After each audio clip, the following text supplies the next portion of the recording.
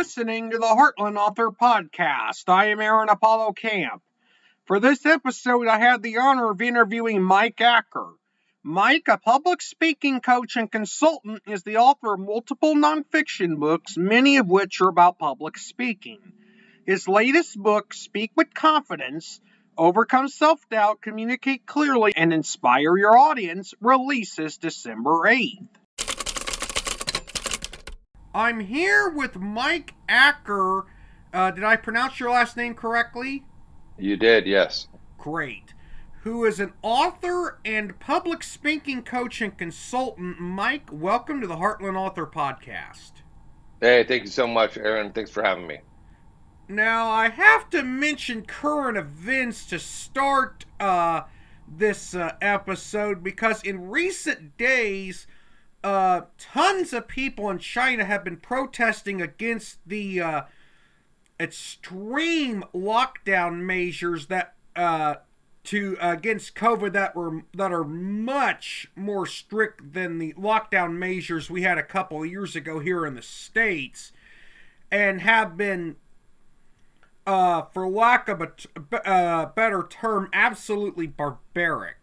Many years ago, you once smuggled Bibles into communist China where religion is oppressed by the authoritarian regime there. What was that experience like? Yeah. So I was a kid, and my dad and my mom used to sell and smuggle drugs back in the hippie days, and where it was just marijuana, pre-cartel days. So then they became full conservative Christians and had a dramatic lifestyle change. And one of their first things was, we need to help other people learn what we've learned. And so one of the things that they had learned was how much they loved the Bible, and they wanted other people to have access to that.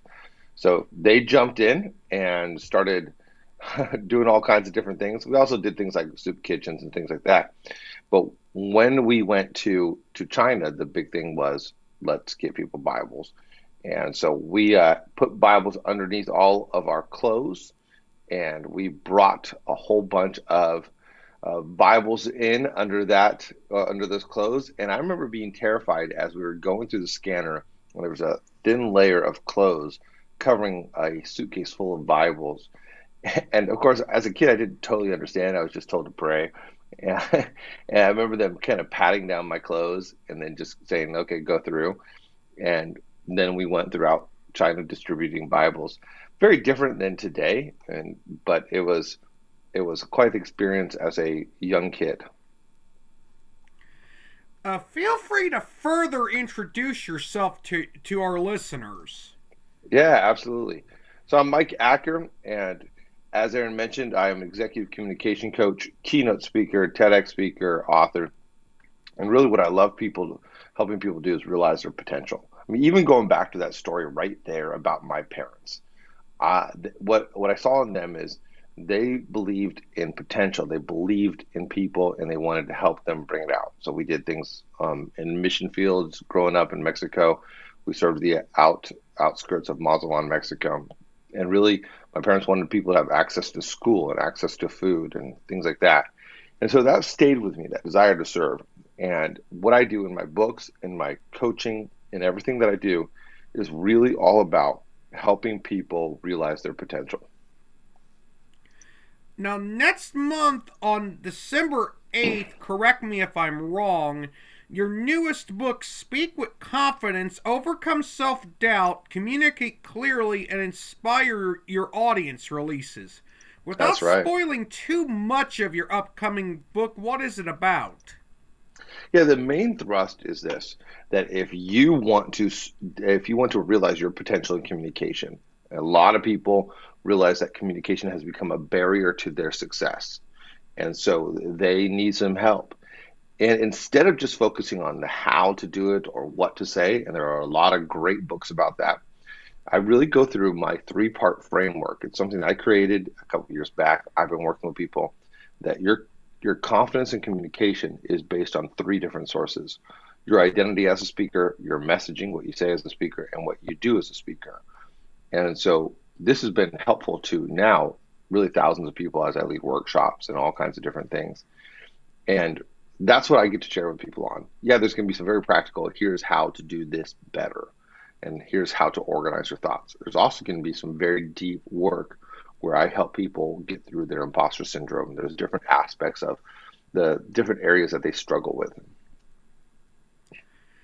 Uh, Now, Speak with Confidence will be published by Wiley. Is Wiley an imprint of one of the major traditional book publishers, a smaller traditional No, book publisher, or an indie press?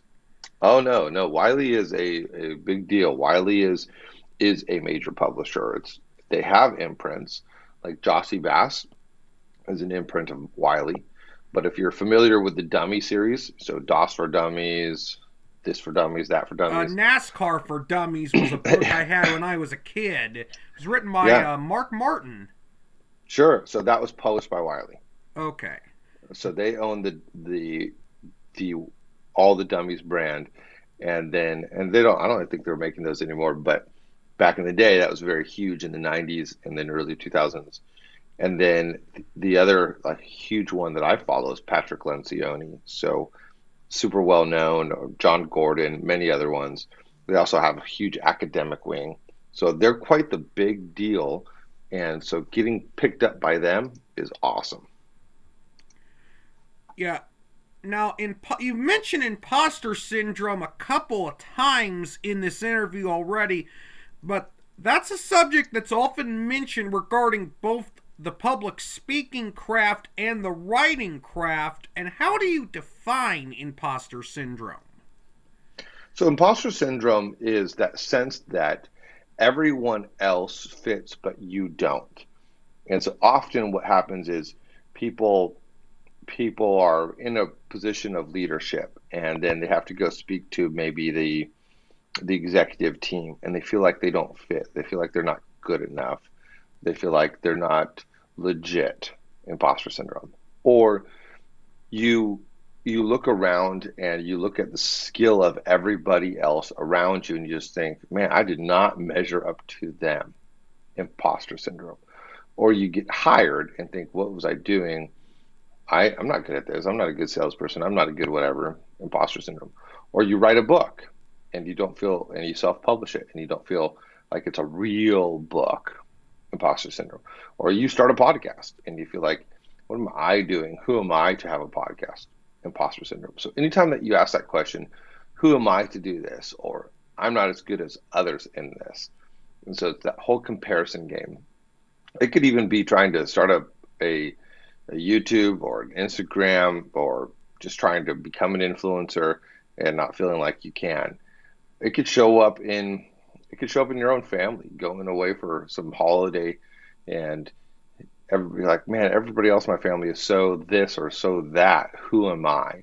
So it's ultimately where you measure up to everybody and you feel like you don't qualify, you don't fit in.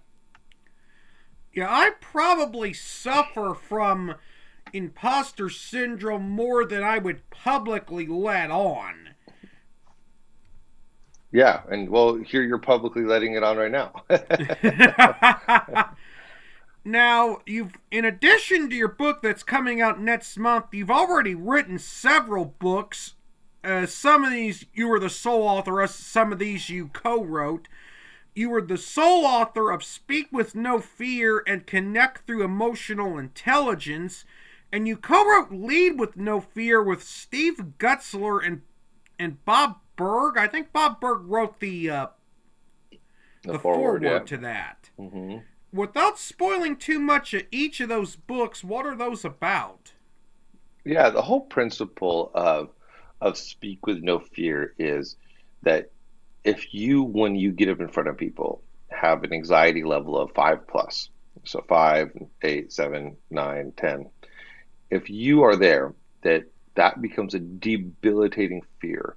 And so you cannot speak as well as you want to, as well as you should. So what do? You need to ease that fear so that you can let your message out, so that you can do that which you want to do and know that you can do. So that's a huge part of it. And we want to drop that down. In Lead with No Fear, it's a similar aspect. It's, hey, you want to lead. How can you shift to not leading with this nervousness, with this anxiety? And even though we say no fear in there, really it might be better said as shift, a leader shift. But there's already a book called that. Now, what are some other books that you've written or co-written? Yeah, absolutely. So I've only co-written the one book, Lead with No Fear. But the other books that I've written, I have one called Connect Through Emotional Intelligence. And really, it's my framework for how to connect with your audience, how to connect with the people that you're speaking to, how to connect in that regards. So that one right there is in three parts as well, just like this new one coming out. And we talk about how emotional intelligence starts with you as a person, and then it goes to how you see other people, and then how you relate with other people. And I love doing frameworks for people can go, oh, that makes sense. It's not often brand new information. It's very helpful information. And then I have another book called Speak and Meet Virtually, where I help people really do a great job in virtual communication. It's part of our world now. I've done a TEDx about it. It's got something like 40,000 views. And I've got a TEDx out about it. And in regards to that, it's how to really maximize that. I have a book on how to write to speak. So it's simply called Write to Speak. And the whole premise of that book is is simply being able to make sure that you know how to organize everything so that you can get it out there for other people. And then I have several workbooks that go along with all these books. I mean, a lot of workbooks. I love creating those so people can really go through things. Yeah, those are a lot of the books that I have going on there. And the newest one coming out, Speak with Confidence. I really believe it's going to be very, very effective for people. A common phrase you like to use is where you are is not where you have to be. What is the broader meaning behind that phrase? Yeah, I really believe this, that if you're listening right now to Aaron's podcast and you're thinking, man, I'm not where I want to be. I'm doing this right now, but I want to be doing this. I want to be, you know, I feel like I'm stuck in this routine. It could be about your communication. It could be about your job. It could be about your income. It could be about your weight. It could be about your friendships. It could be about your marriage. But if you're dissatisfied with someplace, you're not a victim of where you are, that you have the power to change it. The choices that you make you. And with simple choices, with shifts, with strategies, with direction, with perseverance, that no matter where you are, you don't have to be there. No one is a victim to where they're at.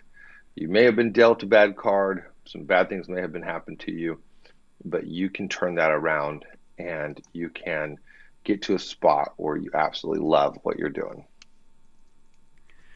Well, Mike, that was my final question, so I thank you for appearing on the Heartland Author Podcast. Hey, thank you so much, Aaron. I really appreciate it. Thanks for having me on it. Mike was a very insightful guest for this podcast, and I wish him well with the release of his upcoming book. This is Aaron Apollo Camp reminding y'all to write and speak your imagination. Bye for now.